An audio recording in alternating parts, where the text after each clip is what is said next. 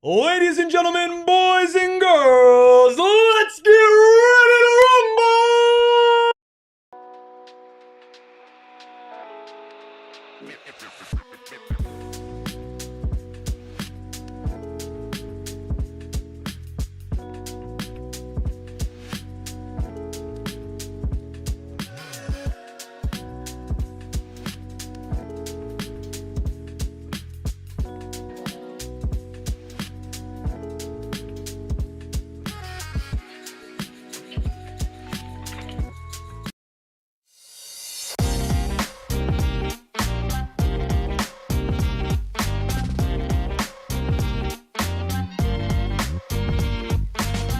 Psychos and sickos unite for a fully healthy edition of the PHNX Suns pregame show, brought to you by Gila River Resorts and Casinos. You do you at Gila River Resorts and Casinos. Visit playatgila.com for more details. We got the full squad in studio today. I'm Eric, that's Steven, we got Espo, and then of course the Freckle Mamba behind the Mac, making all of the magic happen. But of course the magic doesn't happen without all of you joining us in chat. What's up, King Sandman? What's up, Megan? Boom Shakalaka, Kara, Kev, Jeff, we got everybody. Mike from Mesa out here for a Phoenix Suns round 3, technically, but round 2 this week.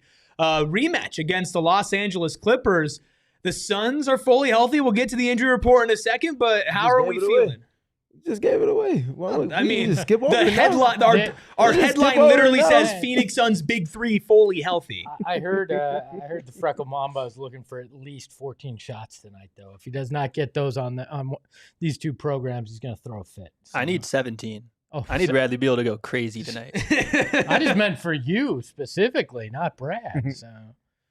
You know what? Let's just get right into it. Let's get right into the injury report presented by, of course, the husband and wife law team. If you've had a serious injury, call the husband and wife law team first at 602-783-8841 or visit their website at husbandandwifelawteam.com. For the first time, 10 games into the season, every single player for the Phoenix Suns is available. That includes Dillon Brooks, who was upgraded to questionable yesterday with a core muscle strain, and Mark Williams, who was downgraded to questionable earlier today with an illness. Both of them are good to go on the Clippers side of things. Kawhi Leonard is out. Yannick Conan Niederhauser is out. Jordan Miller's out. Kobe Sanders is out. And James Harden also came down with an illness earlier today, is also available. We are still waiting for word on the starting lineup. Should be dropping any second here, but we got a fully healthy squad for the first time 10 games into the season. That is exciting.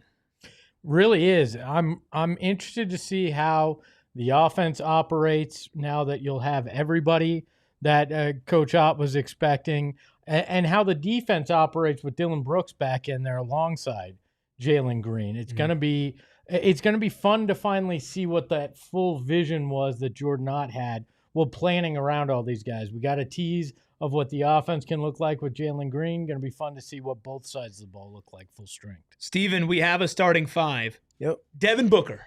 Shocker. Jalen Green. Okay. Mark Williams. Dillon Brooks.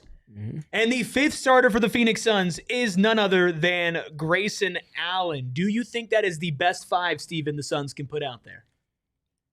It's their best 5 at the moment, yes. And I'm not mad at them doing that against this team again because of what we saw from the iteration of that unit that started last game. The tone they set, the way they picked things up after halftime, especially in that third quarter, scoring 40 points. Kind of ride the hot hand in a sense, if you will. Yeah. I said this on Twitter about an hour ago when we heard Williams and Brooks were going to be available.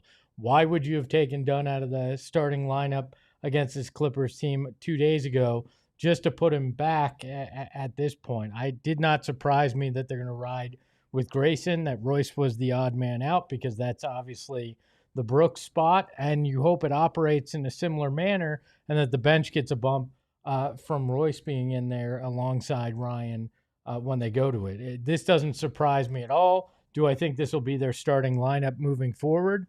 I think it's going to be matchup dependent. We talked about that on Friday as well. I think the starting lineup won't always be the same depending on who they're playing. I do really like this, and I do think that Grayson Allen is one of the unsung heroes of this team.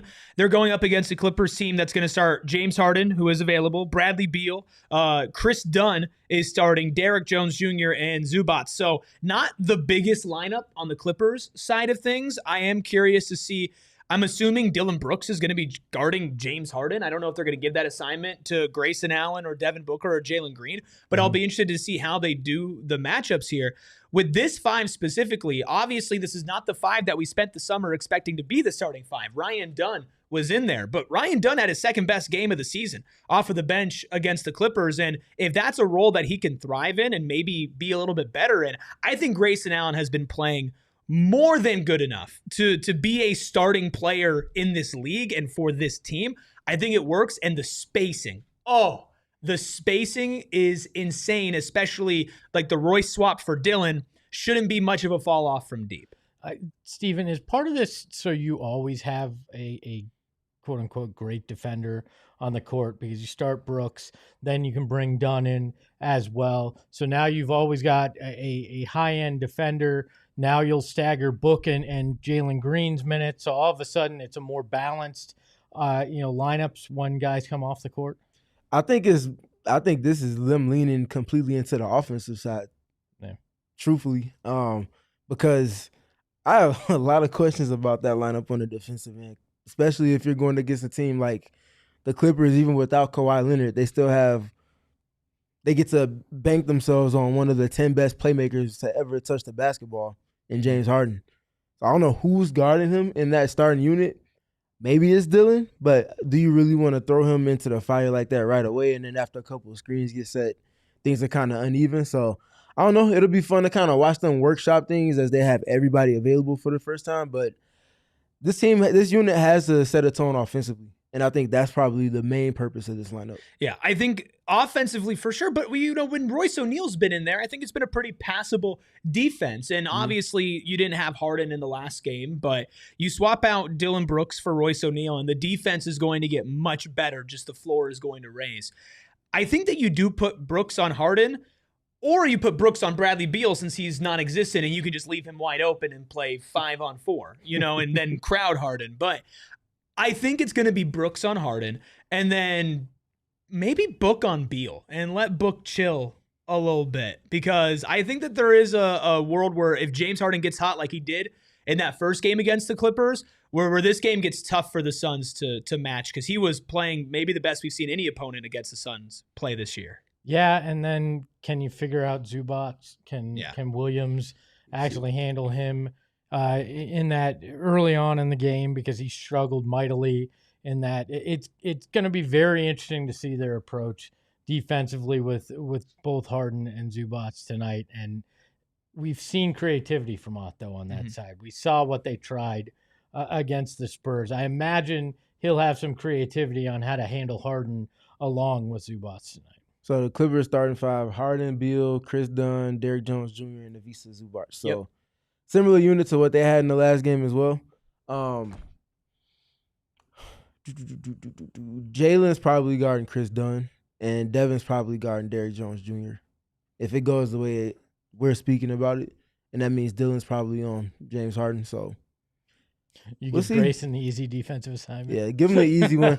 Just tell him switch the screen, and then you can kind of work your way out from there. Let the guy shoot. That's your defensive suggestion. I think we could talk about defense all day, because with this lineup specifically, when you don't have Ryan Dunn in there, your eye is going to go that way. But realistically, this game is going to be won, I feel like, on offense for this team first and foremost. Specifically, I look at Jalen Green. Can Jalen Green replicate what he did night one against the Clippers? James Harden is a great player, but he's not a great defender, right? Missing Kawhi still leaves this team at a defensive disadvantage. So I'm wondering, does Jalen Green continue that hot stretch? Because I like this graph that Voida tweeted out there earlier today or yesterday, where Jalen Green's scoring just kind of does this, right? So can he do this?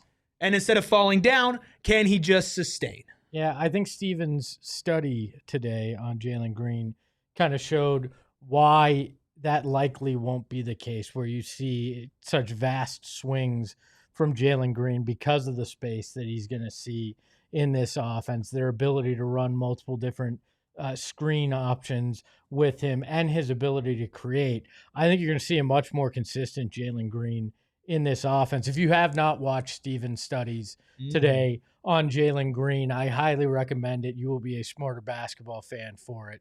I watch him all the time because it's like my idiot's guide to basketball, and it helps me out. But I think a lot of the points you made in that are exactly why we won't see this vacillation of scoring for him. Yeah, I guess a question for both of y'all. I think we talked about the floor for him yesterday being a lot easier to maintain, at least we can assume. Do you think his ceiling gets even higher because of the pieces surrounding him and the way that the offense kind of rhythms and flows? I think that he could definitely have a higher ceiling, but it might just be more on like an efficiency basis rather than like actual scoring numbers. I wouldn't be shocked if he explodes for 40 points, 50 points. He does have that talent.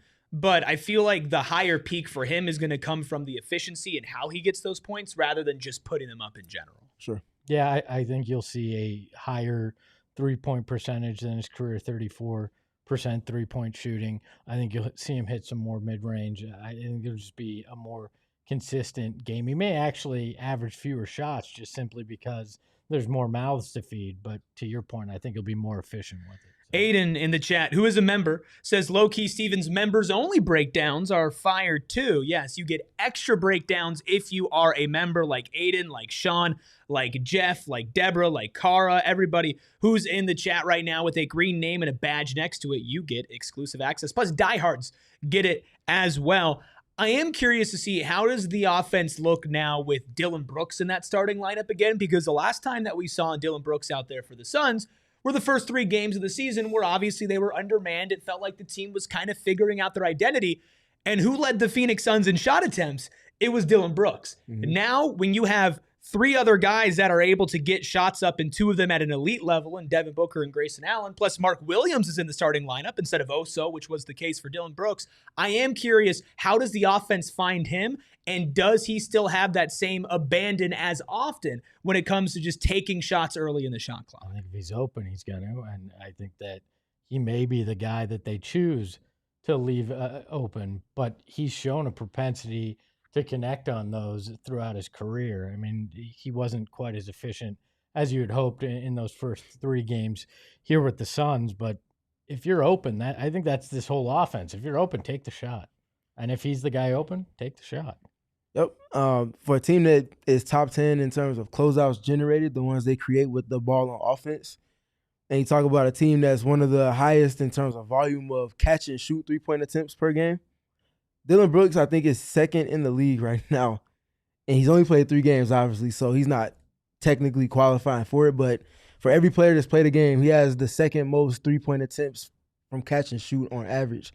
And he's at like 7.7. So that's some of him being aggressive looking for those, but that's also the system that they're operating in, especially when you take away guys like Jalen Green that weren't in the lineup at that time. So obviously that number is going to scale back. But to your point, if they're continuing to create closeouts and create catch and shoots, they've been drilled to take those shots and not hesitate. And he's never hesitated to take a shot where he's slightly open before. Yeah, I mean, if he's taking 7 threes rather than Ryan Dunn, I feel better about that. And I think that that's part of this. You're starting him because you're hoping he gets those Dunn looks and he converts it at a higher pace. Yeah. My question has never been, is he going to be taking open shots? I'm sure he'll get open shots, and I'm sure he will take a good amount of threes. It's more so some of the shots that, I mean, we can go back in the watch-alongs and we can watch where it's, okay, it felt like we need somebody who can create a shot. Dillon Brooks is doing that because de facto it's on him. He's the second best creator. Well, we've seen Grayson do a good job of doing that since Dillon Brooks has been out. And now you have Jalen Green back. So I do wonder if that is going to be the same or if that was just more of a necessary evil when it came to the first part of the season. I'm not worried about it, but it's certainly something that I'm keeping my eyes on because this is a very different team than what Dillon Brooks was playing on at the beginning of the season. 2 of the starters that he's playing with weren't starting the last time he was on the floor. So I'm interested to see how that integrates, but when it comes to like taking threes, the guy he's replacing, Royce O'Neal, was not shy to take threes either. You kind of need that from that position, and it should be pretty easy for everybody else to slide back in. I'm really excited to see what Dillon Brooks does tonight. Yeah, and he already has a chemistry with Jalen Green. He played alongside him, obviously, in Houston, so he'll be familiar with what Jalen does. He'll figure out what Mark does. He has a complete understanding of Ott's offense. So I think he'll fit in all right. Now that I'm just kind of thinking about it a little bit more, look at this template for a starting lineup from the Suns with Jalen in the lineup and with Grayson at the proverbial 3 right now. You think about those Cleveland Cavaliers teams had the second best offensive rating in league history last year, best in the first round ever. Who's in that starting lineup for them? Darius Garland, Donovan Mitchell, Max Strus, Mobley, and Allen. There's no notable defender in the backcourt as far as those first 3 guys. So on the perimeter, I think if you're keeping your defense set because you're putting the ball in the basket, they're erring on that process being better just because they're able to control things more. So that might be a piece of it too. I mean, look, Grayson Allen's also been playing like one of the best players on this team, right? From an efficiency in the NBA. Yeah, I mean, he's been amazing. And on the defensive end, he has not been a massive liability. He gave Bradley Beal all the problems you could ask for on Friday. Yeah, I feel like Grayson Allen's really been a revelation this season just because, you go back and you watch the last 2 seasons, you can look at the stats, you can look at the numbers and everything. Obviously, 2 years ago under Frank Vogel, he was a 5th starter. He seemed more engaged and more involved for sure. 6th starter. Huh? 6th starter. You saying 5th starter? For Vogel. Ah, okay. For Vogel. Okay. So 2 years ago. Mm-hmm. Last year, obviously off the bench, like a career low in like minutes per game since he's really hit his stride in the NBA. All of his numbers were poor and awful. He wasn't in a good system. I also think that his body wasn't in the right place. I think the defensive effort and what he's seen from a helping perspective, on-ball perspective, from a hustle perspective, a lot of that comes from his conditioning that Brian Gregory mentioned. And if you're going to be in that starting lineup and you're going to be a guy that's tasked with some sort of defensive assignment that's going up against the other 5 best players that you're facing in the team, like, you have to give that effort. I have not felt like Grayson Allen on defense has been a liability this year like I felt at multiple points last year. No, I mean, he's using that athleticism in a smart way, that sneaky athleticism, if you will, getting some great blocks, getting steals. Where real pesky, first in the gym, last out, heady player, understands the game. Yep, exactly. And so he's cerebral, very cerebral. But he's been using that in the best ways possible on the defensive end. I don't think you have any question about his effort on that side of the ball, and then what he's doing efficiency-wise and three-point shooting-wise on offense. It would be tough to put him on the bench right now. I think it'd be tough to justify that, especially if you'd be going with Ryan Dunn in his place, where with how much you lose on the offensive end, I just don't think you could commit to that. Yeah, what Grayson brings to the Suns, both offensively and defensively, at least early part of the season defensively, is less replaceable than what Royce was bringing. So I think it just kind of makes a little bit of sense with how both players have been playing so far. So we've talked about the starting lineup. We haven't really mentioned Mark Williams yet, who is starting, but with an illness. Hopefully he's able to keep up with Zubats. If he's not, I know, Espo, you had mentioned it on social. I had mentioned it on social when Mark was questionable for the game. Do you still maybe tap into the guy who's in our chat right now, Kaman Malawach, though Mark Williams is healthy tonight, off the bench against a big presence like Zubats? Well, I hope that Williams has the same illness that Grayson Allen had, where it just fuels you to an unbelievable performance. And you forget about it. Yeah, you don't worry about whoever else you got to turn to. But if for some reason he gives it a go, he's not really able to perform tonight, I think you have to consider, is this a game that you go, yeah, we know we want to slow play Kaman Malawach, but maybe it's worth giving him more minutes than we have, just because of the size that the Clippers are going to bring and what you're going to need defensively if Mark can't really give it a full go. It's kind of hard to tell right now, especially because the double big lineup has been what they've gone to in the secondary units to start second quarters and maybe a little bit of early part of fourth quarters, depending on how that first stint went. But I think because we just don't know when his next opportunity is going to be, I'll just say I hope he's ready. Because if he's ready and he performs the way that even in his present state we feel like he can, it's clear Jordan won't go away from it if it works. He'll give you more, or at least let you get the same until you show that you can take on more or you're not able to take it on in a sustainable manner. So stay ready. That's why I'm watching Oso Iguodala's minutes tonight, because the way that he has been playing, it would not be the right decision to play him double-digit minutes, especially if you play him for 4 or 5, and you're getting the same result that you've been getting the last couple of games, but specifically against Zubats. If he gets going and with Harden feeding him the ball, that's going to be tough. Look, we're all excited to watch a fully healthy Suns team take on James Harden, Zubats, and the Clippers, but is it a must-win? Let's take a look at our must-win meter for tonight, averaging out to a 5.8. I heard that as a 65 from Steven. I was like, holy crap, Steven really wants this win. Espo, you're with a low 2. Steven, you're 6.5, which is your highest of the season. I'm going with a 9, which is tied for my lowest. Espo, why so low? Okay. Crazy. Yeah. That's a crazy sentence, that'll be the lowest we see all year. You might get an 8. Actually, I might have given an 8 this season. He's going to hit an 11 at some point. We're going to know it's not possible. Absolutely. I think I probably would have been higher, probably maybe even closer to 8 if I had known we were going to see the full starting lineup. I did this before we really knew Dillon was going to play. So I probably would have it higher in hindsight with the full starting 5, because you want to feel good about seeing this entire lineup tonight. I think it's closer to a must win than it was. So what's your number?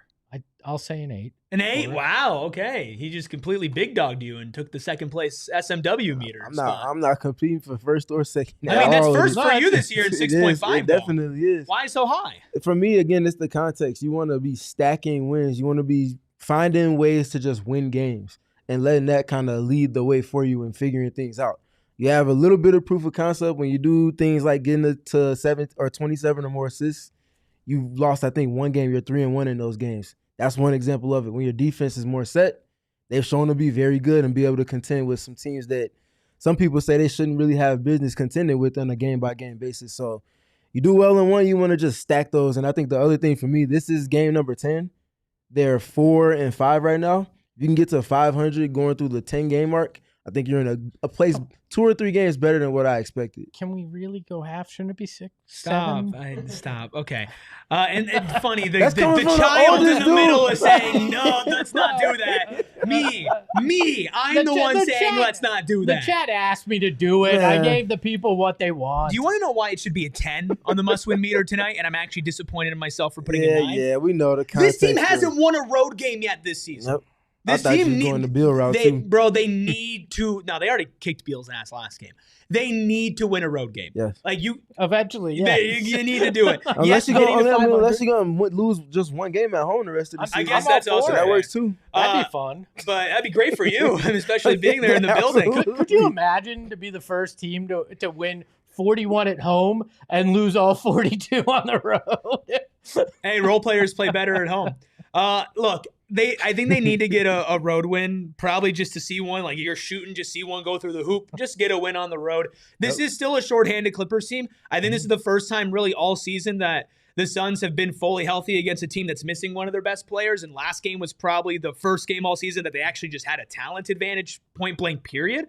So with Jalen Green back, with Dillon Brooks back, with Mark Williams starting, your entire bench is intact. Royce has moved to the bench. He's in a good spot there. Ryan had a really good game off the bench. Colin Gillespie hopefully settles a little bit more into his role with Jalen Green back in there. He can give you a better offensive output.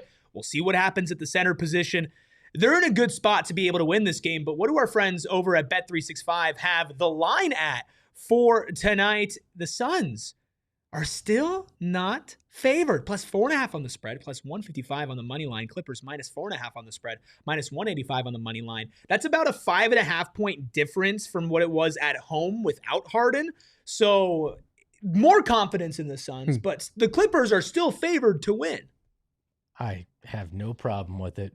Let everybody keep doubting this team, and they'll keep proving people wrong throughout the year. We were saying that from the second we saw the over-under, so I don't expect it to change anytime soon. I'll say, don't let me be your influence, but if you are a betting person, you're going to make you some money tonight.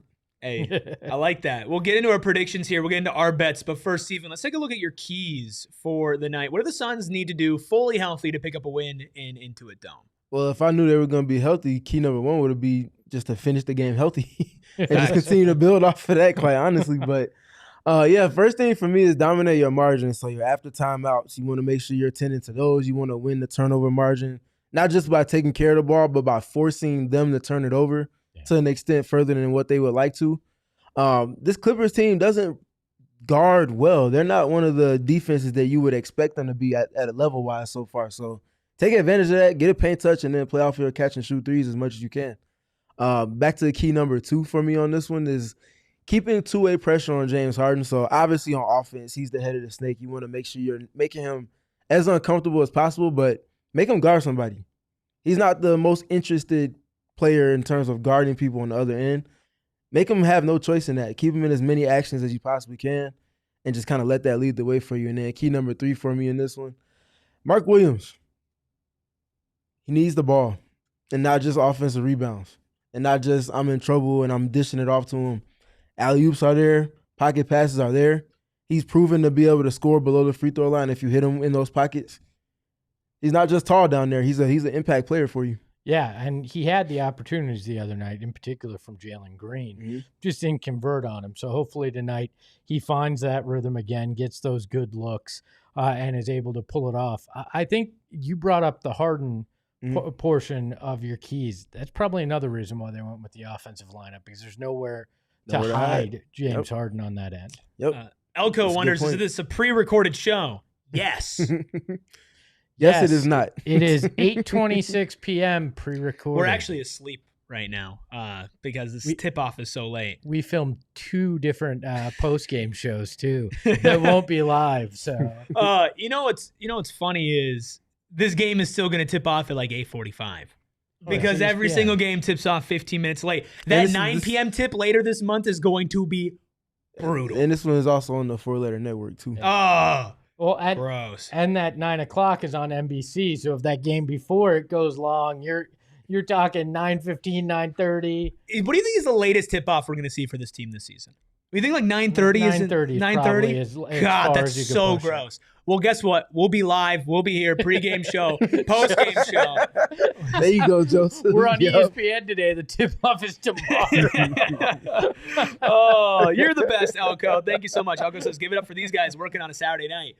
We'll be here for every single game, holidays, every single hour of the night. We will be here for you, pregame show, postgame show, some watch-alongs throughout the week as well. PHNX Suns is always here for you, and we are always getting down into our pregame picks presented by Bet365. Sign up, use code PHNX365, deposit 10, place a bet for 5, and get $200 in bonus bets. If your bet wins or loses, bonus bets can be used on spreads, totals, player props, futures, and more. Whatever the moment, it's never ordinary at Bet365. You must be 21 plus and physically located in Arizona. If you or someone you know has a gambling problem and wants help, call 1-800-NEXT-STEP. Text NEXT STEP to 52342 or visit problemgambling.az.gov. Somebody sent me you at 1.5 speed, the way they watch you doing that. It was funny. I'll say that. I want to hear it. Can somebody send me that? I want to hear it. That's awesome. Let's slow down. Let's hit the brakes and take a look at our standings. Your winning's done. Yeah. Let's take a look at our standings. Espo, a lot of talk from a guy still in the negative 20 for you. Yep, after your win, you're still in the negative 20. After tonight, I'm not going to be. So I'm at a plus 92.25. Yeah, that just keeps slowly ticking down. It's okay. I'm still in positive. I had multiple wins so far this season. I'm feeling good about tonight, but let's start with yours. Back-to-back wins. Espo, you're kind of riding the same way. I'm going with Suns money line, Jalen Green, 20-plus points. Jalen Green, 3+ rebounds, plus 800. Can I say something very, very big and brave of me? Espo, I'm rooting for you. I'm rooting for that to happen. I mean, that would be great for everybody. I'm rooting for your bet to hit, Espo. I love making those bets that make it tough for somebody to openly root against me on the panel because it's against your own self-interest. Hidden Sun Village says, I zoom in really far on Eric's face every now and then. Why? Why? Anyway, extreme close up. I will say when your opponent bets Suns money line, it makes just a very, very slight cushion of the pain and agony of defeat. But I could be like, well, at least Espo lost his bet. What about mine, though? I don't think I took Suns money line. Maybe I did. I don't really remember. Nope. I got Jalen Green over Holy 23.5 PRA. Dude, this is 4 legs. Yeah, but When Steven was doing this last year and when Flex was doing it, it was like 12-leg parlays. I got Jalen Green over 23.5 PRA. I've got Dillon Brooks over 1.5 stocks. I got Dillon Brooks over 3.5 rebounds and assists. And I got Grayson Allen over 2.5 3-pointers made at a plus 775 with a 30% profit boost, which gets me over plus 1,000. Excited. But are the Suns winning tonight? That's the real question. Our score predictions are all Suns. Steven, 116 to 112. You got the Suns winning. I do. I think it's going to be a closely played one. I think James Harden is hard to game plan for, and if you're not disciplined on top of that, that can make navigating the game against him hard, especially if he's getting to the free throw line often. I think it's going to be a high-scoring one because the Clippers usually don't defend too much this season so far. Do have the Suns winning, though, 116. I think it was 112. So we all have them winning by 4 points. Do we? Different scores. So what is yours? But all 4 points. 115, 111. That's awesome. That's not covering the spread, by the way. That is covering the spread because they win. Right? Yeah. But they win, so it's like they opposite cover the spread. That is alignment. Right Hashtag yes, it is. Alignment. I don't think there's any better way to end what is a very excited pregame show. Of course, keep it tuned at PHNX_Suns on Twitter for live coverage during the game, and then we will be back for hopefully an exciting post-game show with a fully healthy Phoenix Suns squad for the first time all season, hopefully taking home a dub against the Los Angeles Clippers, Bradley Beal, James Harden, and company. You can follow all of us in the meantime at Eric Ruby, at StephenPG3, at Espo, at Freckled Mamba, and we'll see you soon. Let's have some fun. Appreciate y'all.